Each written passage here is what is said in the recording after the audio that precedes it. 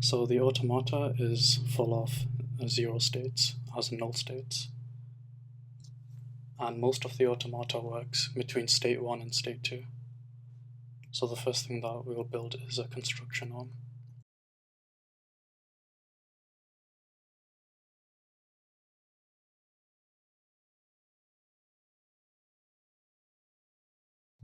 Now, a construction arm consists of a sheath which protects the genetic information inside. The blue states represent the core states, which allows signals to propagate onto them. And the specific gene sequence inside this data path is the G sequence, which is 071. This specific gene sequence will allow the construction arm to propagate by one step forward. So when we run this,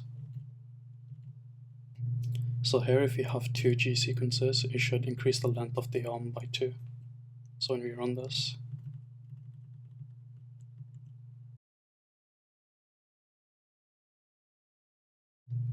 the second core functionality is that it can allow left turns using the C sequence. So here we have a C sequence which is equivalent to 0, 4, and 1. Now we need two of these sequences, one to validate the left turn and the second one to create the left turn. So when we run this, we have state 3, which is green, and this is the left indicator. And now a signal can propagate going upwards now.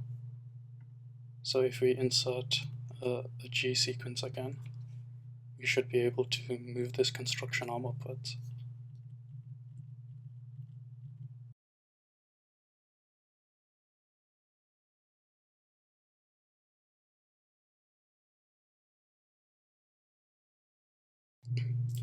Now whenever we have a two-way over here, a G sequence will propagate in both directions.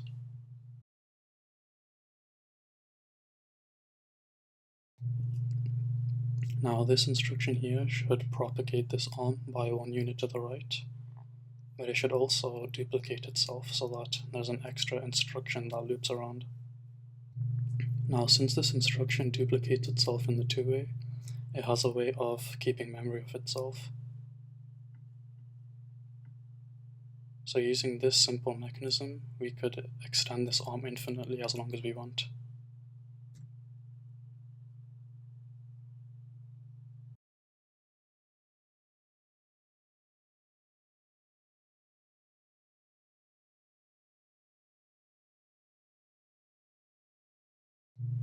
Now what this mechanism does is it allows a gateway for this arm to open up into this arm.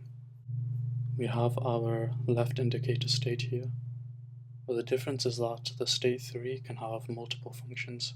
In this case, it works as the bonder, and the bonder state functions to support the bonding of two arms. So when this bonder state interacts with the arm, it opens up a two-way so that signals can propagate along this arm and this arm at the same time.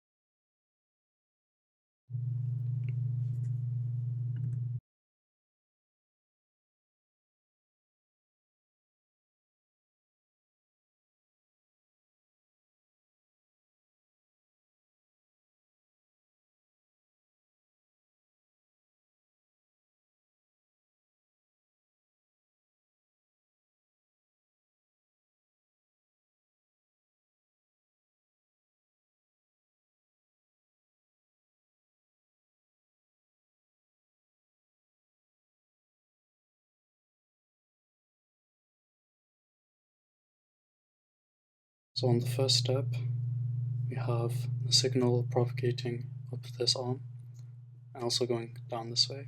And we also have our state 3 interacting with the construction arm.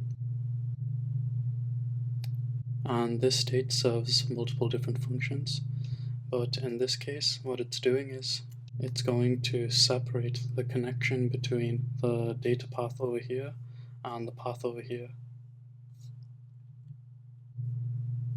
So when we put all of this together, we have this.